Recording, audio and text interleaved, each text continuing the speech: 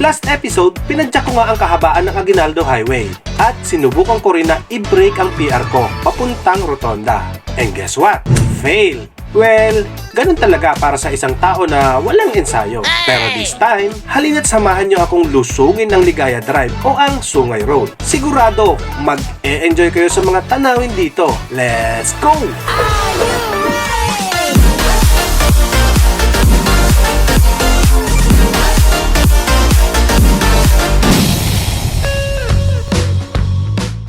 Alis tayo dito ng rotonda. Baba tayo ng Ligaya Drive. Ganun ulit. Dating dinaanan nung nag-Sampaloc, babang Sungay, tapos ahon Sampaloc. Well, sana this time hindi ako gumamit ng pinagbabawal na technique. So bale, kikitain natin si Kuis Monchi doon sa may campus saan sila nag-camping. Na una na pala siya kanina pa, maaga pala siyang umahon dyan sa rotonda. So nahuli tayo. So doon na lang tayo sa baba, kitain natin. Paanan lang ng Ligaya Drive or Sungay Road. So babain natin doon, kitain natin. And then almusal doon sa baba. Then let's go akyat Sampaloc. This time medyo maaga-aga pa naman. Hindi naman siguro tayo abutin ng alauna bago umahon. So tingin ko mga alas 10 or alas 9 naahon na tayo. Let's see. Medyo confident naman ako dito sa bike natin kasi medyo napagastos ako kahapon. Papalitan ko lang sana ng chain. Ito yung chain na to, Shimano. Bali sa 8-speed na Shimano pinalit ko. Kasi matagal na rin bago napalitan itong kadena natin o yung chain. Tapos pinatingnan ko na rin yung bottom bracket. At laking gulat ko na itong bottom bracket na to, tingnan mo naman ang itsura, napakakalawang, napakarumi. Kaya ayun, pinalitan na rin natin. So yun, pagastos ako kahapon. Kaya well, confident tayo ngayon dito kay Naruto dahil sa kanyang bagong palit na piyesa. So yun, ayun na, Talisay. Kakanan tayo dito. So ayan o, tayo. So andito na nga tayo sa Talisay Road o mas kilala sa tawag na Sungay Road. Solo ride lang ako. Pag kayo dito no, kailangan confident kayo sa brakes nyo no. Kaya etong mamayang camera natin hindi ko natatanggalin sa chest mount kasi delikado yung mga kurbada dito at bulusok dito sa Sungay. Kaya eto ikakabit ko na no? Dito pa lang diba, bubungad na yung ganda ng lugar.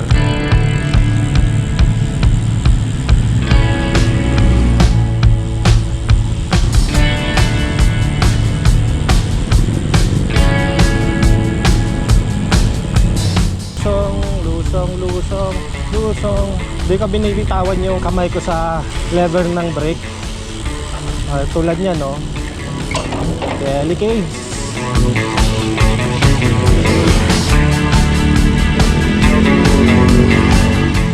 Sharp curve to eh. Sinarado na lagyan no, para walang mag-picture.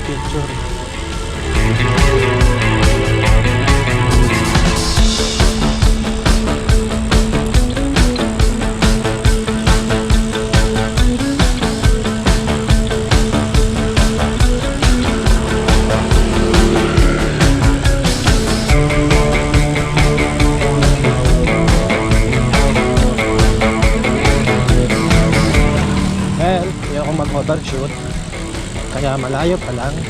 Brake na tayo. Tulad nyan, brake. What? Tingnan natin dito. Oh my goodness.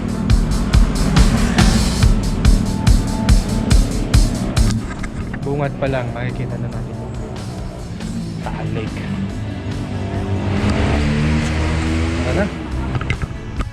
Tignan natin to.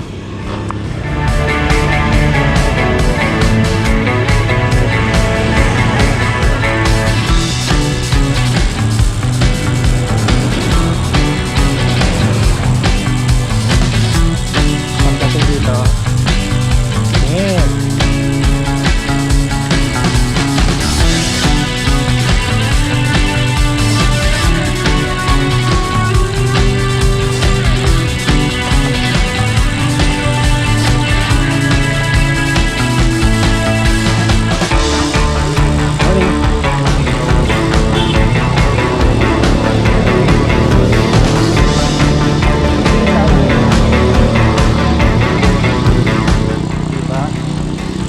Grabe, sharp curve. Matindi, lalo na dito din, oh. Saan ka pa? Bago yung brake pads natin. Upusin natin dito. Ang inaano ko lang dito is yung rim natin, medyo na, kalbo na. Tandaan lang tayo. Barricades, masakit na sa kamay, pero kahit na, kesa naman bumulusok tayo dito.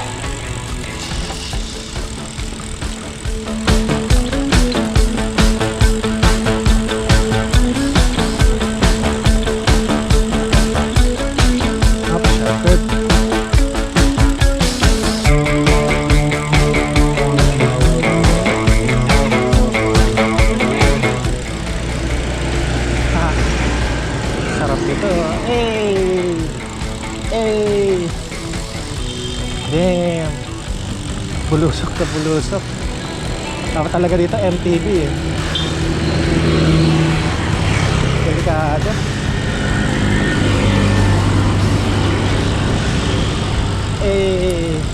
Dito kami dati huminto.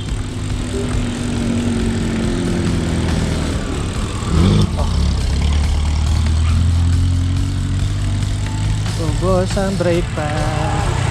Ubos ang brake pad. Kaya sila matitindi. Naahon nila tong sungay.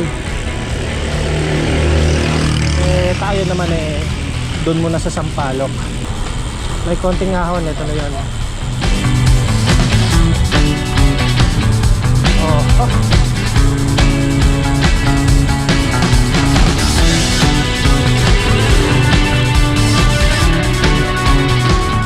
Kahit dito sa kabila, maganda rin yung view.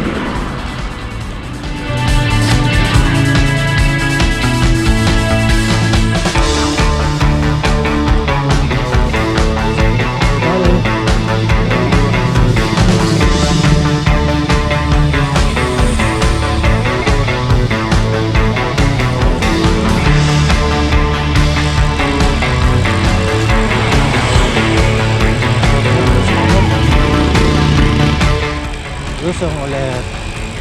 Hawak na tayo sa brake ng matindi.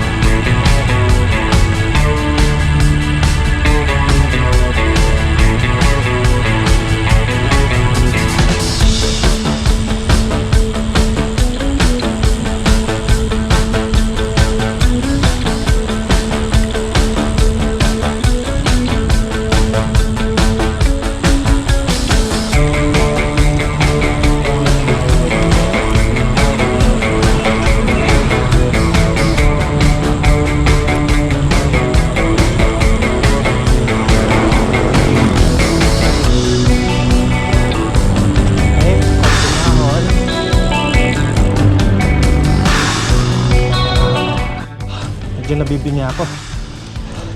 Nakakabingi yung pagbulusok. Parang yung pressure sa lugar, naapektuhan yung tenga. Dito malilim. Uy!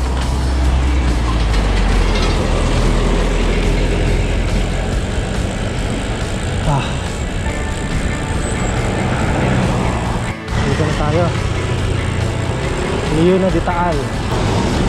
Tinakpan naman masyado itong ano, sayang naman yung view dito.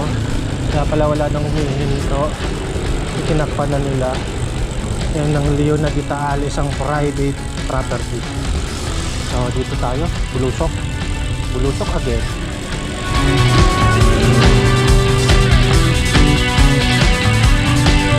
Leona di Taal. Dito tayo, yun. Hilig lang. Chill.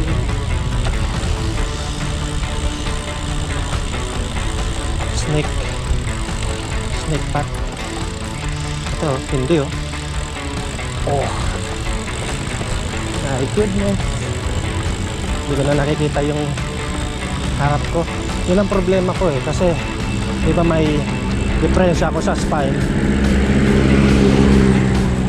Bale hindi ako makatingala, kaya pag ganito sobrang yuko, hindi ko makita yung harap kapag nakabulusok, kasi hindi ko maiangat yung ulo ko, kasi yung leg ko medyo may diferensya na. At yes, isa po akong PWD na siklista,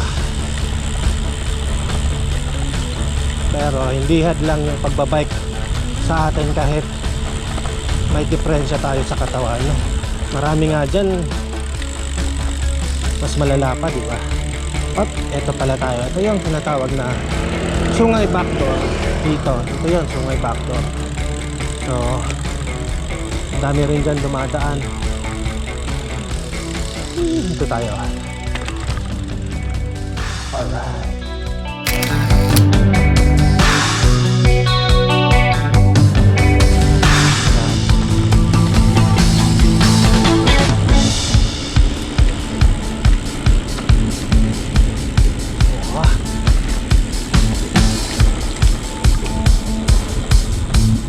Ayan o. Lapit na tayo sa Taal Lake.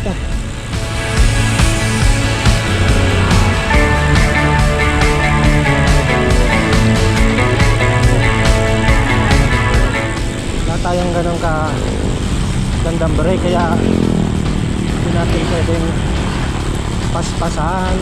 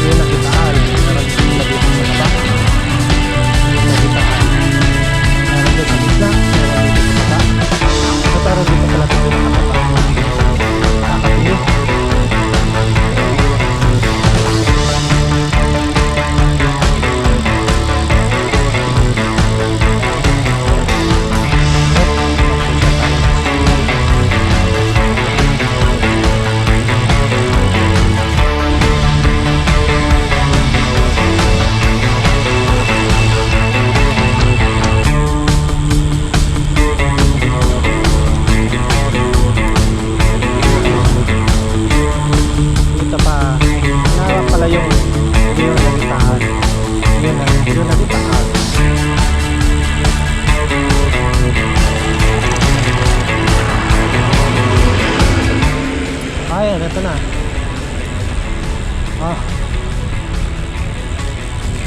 Nasa paanan na tayo at bingin na ako. Bingin na ako. Saan ba siya na pulse?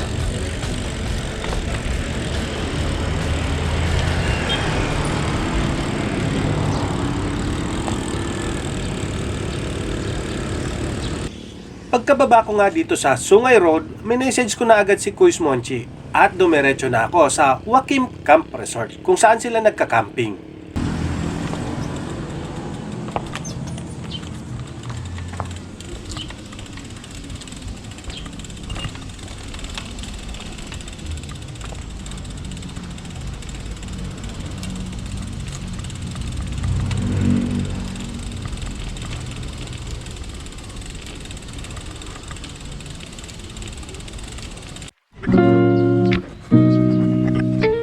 Makakalibre tayo ng almusal. Maraming salamat sa almusal. This time, mas malapit tayo dito sa Taal Lake. Andito tayo mismo talaga sa may gilid ng lake. Ayan na.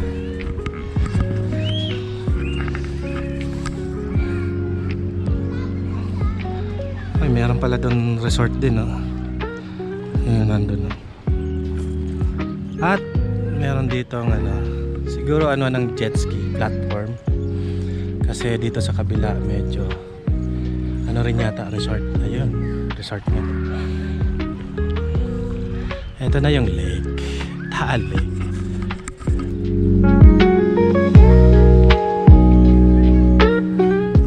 Mainit na. Siguro konting pahinga pa tapos aahon na tayo sa Sampaloc. Rest back tayo. Sir, salamat sa'yo. Sige, thank you din. Nakalibre ako ng almusal tsaka kape. Anytime yun. Thank you so much. Si Kuis Monchi. Ingat po, Chef. Sige, thank you ulit. Okay. Ay, thank you.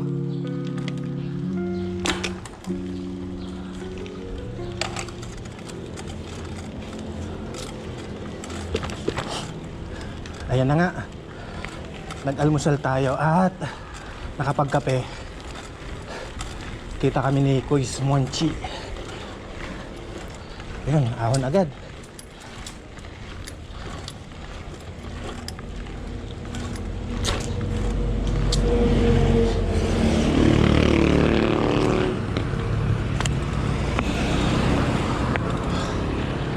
Dito tayo.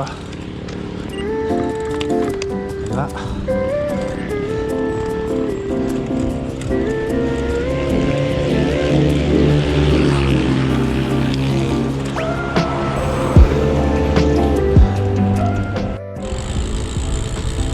ganda dito, oh. Parang gilid ng bundok.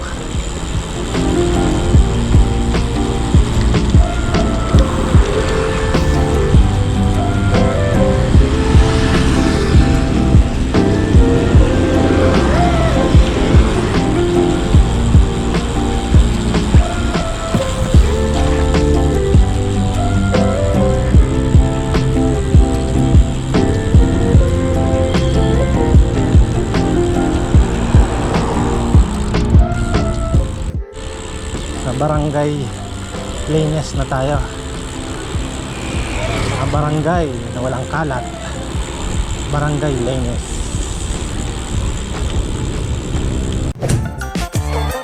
Next episode. Ito na nga ang rest back natin dito sa Sampaloc Road. Aahunin ko na ang 12 kilometers na ahon papuntang Tagaytay Rotonda. Kakayanin ko kaya o gagamit ulit ako ng ipinagbabawal na teknik?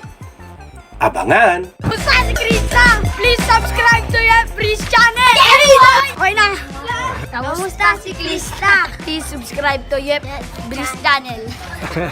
So please whatever.